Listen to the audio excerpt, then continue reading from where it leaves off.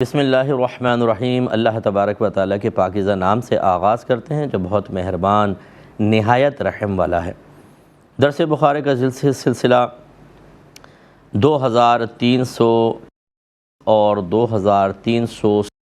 Number حدیث پاک تک پہنچا تھا۔ یہ دو حدیثوں کو ایک ہی جگہ امام بخاری رحمۃ اللہ علیہ نے بیان کیا۔ حضرت رافع بن خدیج بیان کرتے ہیں، یہ راوی ہیں، کہ مجھ سے میرے دو چچاؤں نے کہا کہ نبی کریم صلی اللہ علیہ وسلم کے زمانے میں لوگ نہر کے کنارے کی زمین کی پیداوار کے بدلے زمین کو کرائے پر دیتے تھے،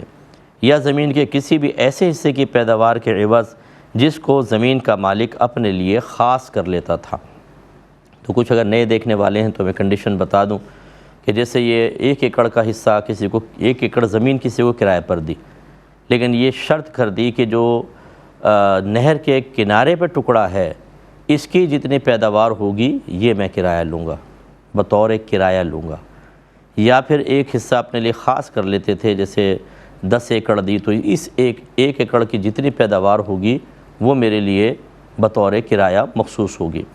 اس میں چونکہ کام کرنے والے کے لیے نقصان کا پہلو تھا، اس لیے یہ کہتے ہیں کہ نبی کریم صلی اللہ علیہ وسلم نے اس سے منع فرما دیا۔ حنظلہ کہتے ہیں کہ پھر میں نے حضرت رافع سے پوچھا کہ اگر زمین کو درہم اور دینار کے عوض کرائے پر دیا جائے تو اس کا کیا حکم ہے؟ یعنی ایک تو ہے کہ پیداوار کوئی ہی کرایہ مقرر کر لیا، اور ایک ہے کہ جیسے زمین دے دی، آج کل ہمارے یہاں جیسے ہوتا ہے کہ بھئی 50,000 روپے سالانہ پہ دے دی، 2 لاکھ روپے سالانہ پہ دے دیا، تو یوں۔ تو حضرت رافع نے کہا کہ درہم اور دینار کے عوض زمین کو کرائے پر دینے میں کوئی حرج نہیں ہے۔ گویا کہ حضرت رافع کی جو پہلے حدیثیں گزری ہیں جن میں آپ نے زمین کو کرائے پر دینے سے منع کیا، وہاں آپ کی مراد کیا تھی؟ جب پیداوار کے کو ہی بطور کرایہ لیا دیا جائے۔ اور لیث نے کہا کہ نبی کریم صلی اللہ علیہ وسلم نے جس چیز سے منع فرمایا ہے وہ یہ ہے کہ اگر اس میں حلال اور حرام کی تمیز رکھنے والے لوگ غور کریں تو اس کی اجازت نہیں دیں گے، کیونکہ اس میں شرط اور جوا ہے۔ تو حضرت لیث نے یہ ایک اور علت بیان کی، انہوں نے عرف کے اوپر اس کو رکھا کہ اگر کوئی کنڈیشن لگائی جاتی ہے زمین کے کرائے کے سلسلے میں، وہ چاہے آپ روپوں میں اب آج کل کی لینگویج کے اعتبار سے آپ اس کو روپوں میں لے دے رہے ہیں، سونا چاندی مقرر کر لیں، زمین کی پیداوار۔ حضرت لیث یہ ضابطہ بیان کر رہے ہیں کہ کچھ اچھے سمجھدار لوگ جو حرام اور حلال کو جاننے والے ہوں ان کے سامنے اس ایگریمنٹ کو پیش کیا جائے اور وہ یہ بتائیں کہ یہ صحیح ہے یا غلط، اس میں جوا یا شرط کا کوئی مفہوم تو نہیں ہے۔ اگر ایسا ہوگا تو پھر یہ بالکل درست ہوگا کرائے پر لینا دینا، ورنہ منع ہوگا۔ تو اب ترتیب یہ ہے کہ جو واضح طور پہ قرآن و حدیث میں آ گیا اس میں تو کوئی رائے کا دخل ہی نہیں ہے، لیکن اب چونکہ جیسے جیسے زمانہ گزرتا جا رہا ہے، ہماری تو چونکہ فیلڈ ہے، ایز اے مفتی میں ورک کر رہا ہوں، تو لوگ خرید و فروخت میں اپنے پاس سے نئی شرطیں لگانا شروع کر دی ہیں، اور جیسے بھی سوسائٹیز بنتی ہیں، فلیٹس بنتے ہیں، تو بلڈر اپنے پاس سے بہت سی نئی شرطیں لگا دیتا ہے۔ تو کیا ہم اس کو خریدیں نہ خریدیں؟ اس کا ضابطہ حضرت لیث یہ بڑی پیارا بیان فرما رہے ہیں کہ لوگوں کو چاہیے کہ خود فیصلہ کرنے کے بجائے کسی صاحب علم سے مشورہ کریں، وہ بتائیں گے کہ اس میں شرط یا جوا ہے یا نہیں ہے۔ جیسے انشورنس کے مسائل ہوتے ہیں، دیگر چیزوں کے لوگ پوچھتے ہیں کہ جس میں حرام تو نہیں ہے، بینک میں پیسہ رکھوا کے اور اس پہ نفع لینا، اس کی کیا شرعی حیثیت ہے؟ تو یہ مفتیان کرام بتائیں گے، جو مستند اچھے مفتیان کرام ہیں ان سے معلوم کیا جائے۔ از خود فیصلہ اٹھانا بعض اوقات بہت ہی نقصان کا شکار کروا دیتا ہے، کیونکہ ہمیں ایسے لوگ ملے ہیں کہ انہوں نے غلط انویسٹمنٹ کر کے اور 10 سال 12 سال سے تک وہ چل رہی ہے شراکت اور حرام کھائے جا رہے ہیں۔ بعد میں مسئلہ معلوم کیا تو پتہ چلا کہ 12 سال تک جو آپ کھاتے رہے وہ ناجائز تھا، اس میں جوئے کا پہلو تھا، اس میں حرام کا پہلو تھا۔ پھر وہ کانپ جاتے ہیں اب ہم کیا کریں؟ یعنی اب 12 سال کا حساب،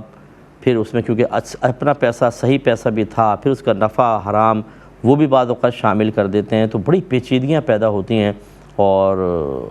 خود جواب دینے والا بھی گھبرا جاتا ہے کہ اتنے لمبے حساب کتاب بنا کے رکھے ہوتے ہیں، 12 سال پہلے کیا تھا، اس کے بعد کیا، کس طرح حساب کریں۔ لیکن بہرحال شریعت عاجز نہیں ہوتی ہے، جواب تو دے دیا جاتا ہے، لیکن آزمائش بنتی ہے۔ اس لیے میں جتنے سننے والے ان سب سے گزارش کروں گا کہ کوشش کریں ضروری علم دین سیکھیں اور اس کی روشنی میں اپنے مسائل کو حل کریں، اور جب کوئی نیا ایسا مسئلہ آئے کہ اس کا علم آپ کے پاس نہیں ہے، پیچیدگی ہے، یا کوئی آپ بڑا مالی معاملہ کرنا چاہیں، تو پھر ضرور اچھے مفتیان کرام سے رجوع کر کے ان کی اجازت لے کر پھر وہ معاملہ کریں۔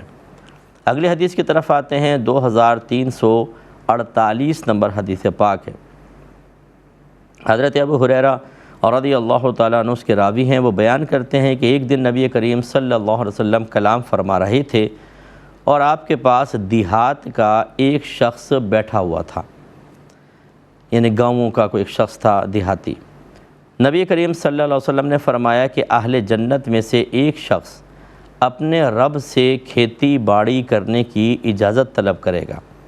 اللہ تعالیٰ فرمائے گا کیا تمہاری یہ شان نہیں ہے کہ تم جو چاہتے ہو وہ تمہیں مل جاتا ہے؟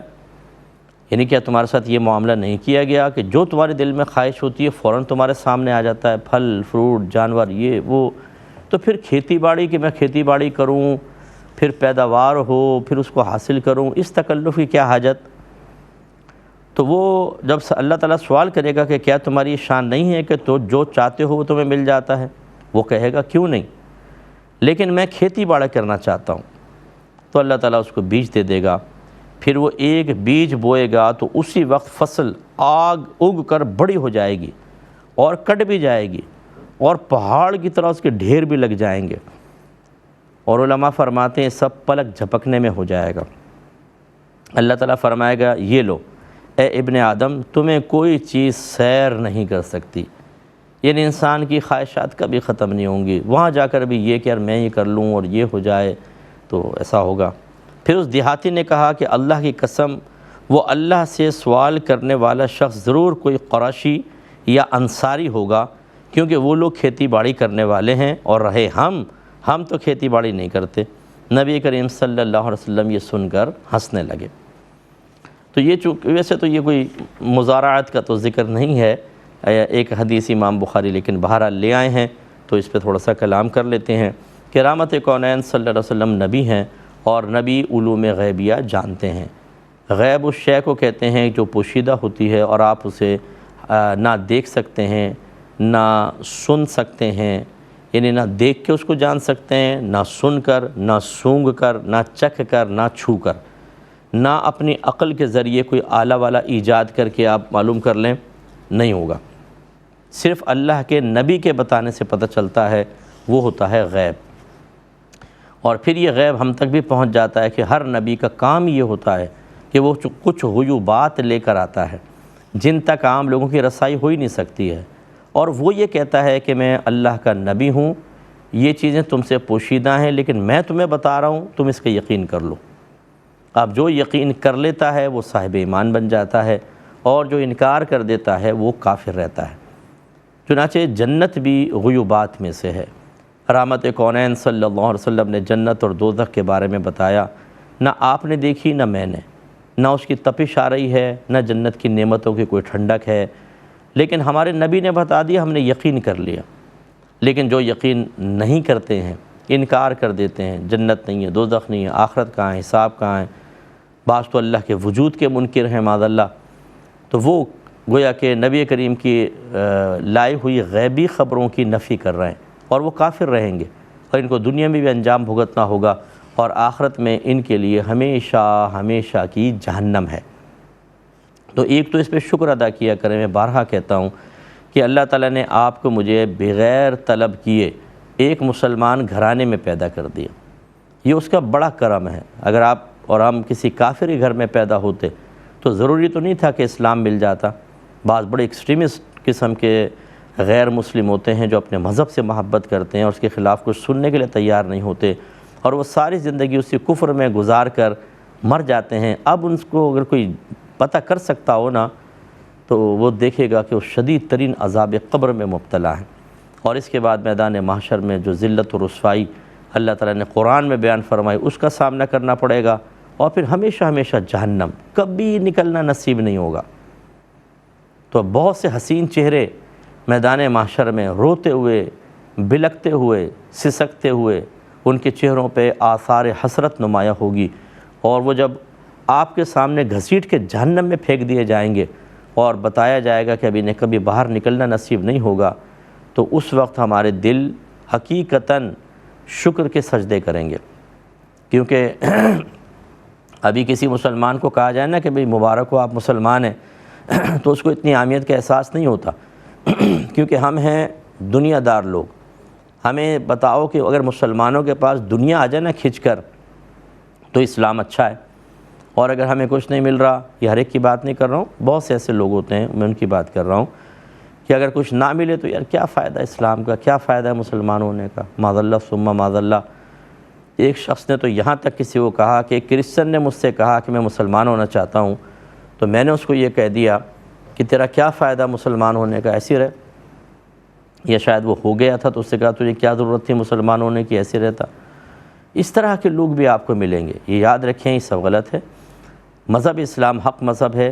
میرے نبی کریم نے ایک مسلمان اور مومن کے لیے ہی اخروی نجات کی بشارت دی ہے۔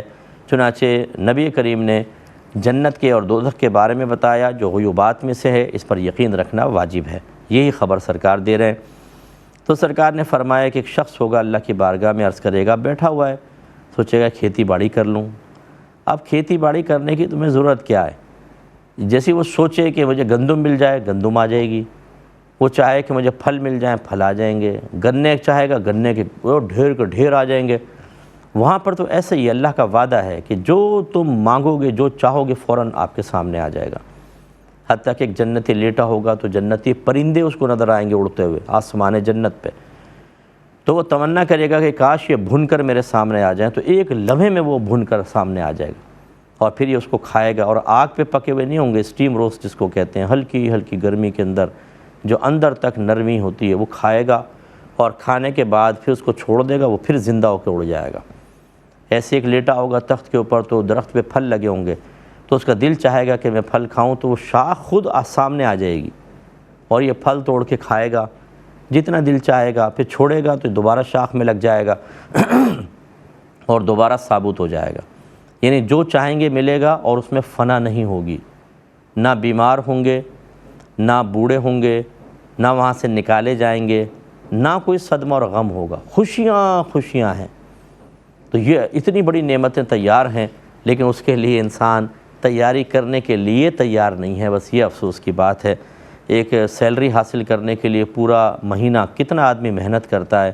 تب اتنی سی سیلری ملتی ہے کہ پورے گھر کے لیے بھی صحیح وہ پوری نہیں پڑتی ہے، گزارا نہیں ہوتا، لیکن ہم خوش دلی کے ساتھ پورا مہینہ لگے رہتے ہیں، پھر پورا سال، پھر اپنی زندگی کے کئی سال، 10 سال، 20 سال، 30 سال، 50 سال نوکری کر رہے ہیں، اتنا سا حاصل ہوتا۔ اس کے مقابل آخرت کے لیے اتنا سا بھی کر لیں تو اتنا حاصل ہو جائے، کچھ انتہا نہیں، اس کے لیے تیار نہیں ہوتے۔ سامنے مسجد ہے، اذان کی آواز کان میں آ رہی ہے، کھڑے رہیں گے، جا کے نماز نہیں پڑھیں گے، ہٹے کٹے ہیں، لیکن رمضان کے روزے نہیں رکھیں گے، گناہ کریں گے کثرت کے ساتھ۔ تو بھائی ہمیں عقلی لحاظ سے سوچ لینا چاہیے، اپنے آپ سے کبھی آئینے میں کھڑے کر کے پوچھیں کہ تھوڑے سے مزے کے لیے، تھوڑی ضرورت پوری کرنے کے لیے، تھوڑے سے پیسے کے لیے ہم کتنی مشقت کرتے ہیں، کتنا ٹائم نکالتے ہیں، گالیاں سنتے ہیں، ذلتیں برداشت کرتے ہیں، گھر والوں کی جدائیاں برداشت کرتے ہیں۔ تو جب ہمارا ذہن بنا ہوا ہے کہ یار تھوڑے فائدے کے لیے کرنا پڑے گا، تو آخرت کے لیے کیوں ذہن نہیں بنتا کہ جنت کے لیے کچھ کرنا ہی پڑے گا؟ ذہن بنا لیں۔ اور اللہ کی رحمت بہت بڑی ہے، دنیا کے لیے آپ رات دن اپنے ناک کو رگڑیں زمین کے اوپر، اتنی سی دنیا ملے گی، اور اللہ تبارک و تعالیٰ کے لیے روزانہ تھوڑا سا ٹائم نکال لیں، جو حقیقتاً اللہ کو اس کی ضرورت نہیں ہے، ہمیں فائدہ ہے، اور آخرت میں اتنا ملے گا کہ ساری دنیا آپ جمع کر لیں، جنت کی اتنی سی جگہ کے برابر نہیں ہو سکتی ہے۔ اور ادنا ترین جنتی کو بھی اتنی بڑی جنت ملے گی، اللہ کے نبی فرماتے ہیں، جو اس دنیا سے 10 گنا بڑی ہوگی، 10 گنا بڑی دنیا سے 10 گنا بڑی جنت کتنی بڑی ہوگی، جس میں پورا راؤنڈ لگانا بھی کتنا مسئلہ ہوگا، اڑنے والے گھوڑے دیے جائیں گے، آپ اس میں اتنے، آپ کا 90 فٹ قد ہوگا، 60 گز حضرت آدم علیہ السلام کے قد کے برابر قد ہوں گے، لمبے لمبے قد، اور اتنی وسیع زمین، ایسے نہریں بہہ رہی ہوں گی، شراب کی نہر، دودھ کی نہر، اور پانی کی نہر، شہد کی نہر، 4 قسم کی نہریں ہیں، اور یہاں تھوڑا سا آپ شہد پئیں منہ پھر جاتا ہے، وہاں گلاس بھر بھر کے پئیں آپ، کوئی تکلیف نہیں، کوئی مسئلہ نہیں۔ شراب پئیں گے اس میں نشہ نہیں ہوگا، ایک سرور اور کیف آئے گا بس، لیکن ہذیان نہیں بکے گا کہ آدمی گالیاں بکنا شروع کر دے۔ یہ جنت میں تو خیری چیزیں بھی نہیں ہیں، یعنی ذہن معاف ہی نہیں ہوگا، اتنی پیاری نعمتیں تیار ہیں۔ تو وہ لیکن اس کے باوجود ایک شخص یہ خواہش کر لے گا کہ اللہ تعالیٰ میں کھیتی باڑی کرنا چاہتا ہوں، تو اللہ تعالیٰ فرمائے گا تجھے کیا ضرورت ہے، کیا تمہیں جو تم چاہتے تھے نہیں ملا تو ہے، لیکن کیا کریں خواہش کو۔ اللہ تعالیٰ فرمائے گا بیج دے گا، یہ بیج لگائے گا فوراً خود بخود ایک دم زمین نرم ہوگی، کھیتی نکلے گی کٹ کے سامنے، ڈھیر کے ڈھیر لو گئی۔ تو اب وہ جو دیہاتی صحابی تھے ان کو تھوڑا سا فیل ہوا کہ بھئی کہیں ایسا تو نہیں کہ سرکار ہمیں بیان فرما رہے ہیں تو ہمارے بارے میں ہی ہو۔ تو عرض کیا رسول اللہ میں تو ایسا نہیں ہوں، کیونکہ ہم تو کھیتی باڑی کرتے ہی نہیں ہیں، کھیتی باڑی تو فلاں کرتے ہیں۔ اس پہ سرکار ہنس پڑے۔ تو خلاصہ کلام یہ ہے کہ اس حدیث میں جو کتاب المزارعات میں امام بخاری نے ڈال دی، تو اس سے ہمیں سمجھنا چاہیے دنیا کے لیے اتنا کریں جتنا یہاں رہنا ہے، اور آخرت کے لیے اتنا کریں جتنا وہاں رہنا ہے۔ اب نماز کا ٹائم آئے ہمت کر کے وضو کر کے نماز پڑھیں، یہ آپ کا 10-15 منٹ بیٹھا رہنا کہ جماعت ہو رہی ہے، جماعت نکل رہی ہے نگاہوں کے سامنے، لیکن آپ کو پڑھنے کی توفیق نہیں مل رہی،